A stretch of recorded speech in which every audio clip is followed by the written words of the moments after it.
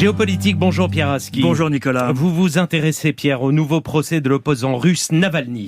Ce n'était pas facile d'être un opposant à Vladimir Poutine avant l'invasion de l'Ukraine. C'est assurément devenu impossible depuis le 24 février 2022. Même en étant en prison, comme l'est Alexeï Navalny. Depuis son retour volontaire en Russie en 2021, Navalny a déjà été condamné à un total de 12 ans de prison. Le voici de retour devant une parodie de justice. Il risque cette fois 30 années de détention supplémentaire, l'assurance qu'il reste derrière les barreaux tant que Poutine est au Kremlin. Parodie de justice car son procès, qui s'est ouvert lundi dans sa prison, la colonie pénitentiaire IK6 de Melerovo à 200 km de Moscou, se tient à huis clos. Une absence de transparence injustifiée par l'accusation portée contre lui, extrémisme.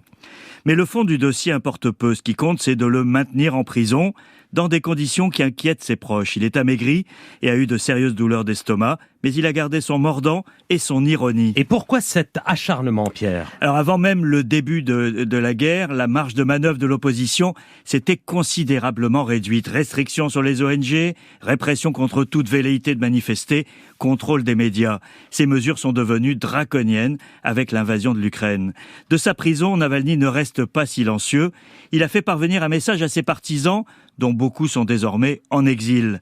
Il les invite à créer ce qu'il appelle une machine à vérité pour changer la perception de la guerre par le public russe. Navalny affirme même avec humour qu'il a testé la méthode sur ses gardes et qu'ils ont commencé à douter de la version officielle. Quelle que soit la sincérité de Navalny, et tout le monde n'en est pas convaincu, cet appel risque de ne pas avoir l'impact escompté. Le prix à payer est trop élevé. Tout le monde n'a pas le cran du prisonnier de Melerovo ou de cet autre opposant, Vladimir Kara-Murza, condamné en avril dernier à 25 ans de camp. Et qu'en est-il, Pierre, de l'opposition en exil ? C'est en fait le dernier refuge de l'opposition, Nicolas, mais elle est divisée. Elle a du mal à présenter un front uni face à un régime déterminé, devenu totalitaire. À l'initiative de parlementaires européens, une réunion de quelques 300 représentants de l'opposition en exil s'est tenue début juin à Bruxelles. Les lignes de fracture sont apparues au grand jour, les amis de Navalny refusant d'y participer. D'autres figures de l'opposition étaient présentes, notamment Mikhail Khodorkovsky, l'ancien oligarque aujourd'hui en exil après plusieurs années de prison.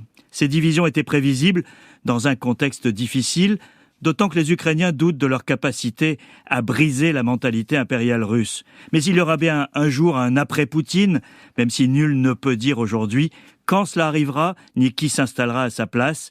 La guerre en Ukraine accentue l'imprévisibilité au sommet de la Russie. Le rôle d'une opposition est néanmoins de s'y préparer, même en prison.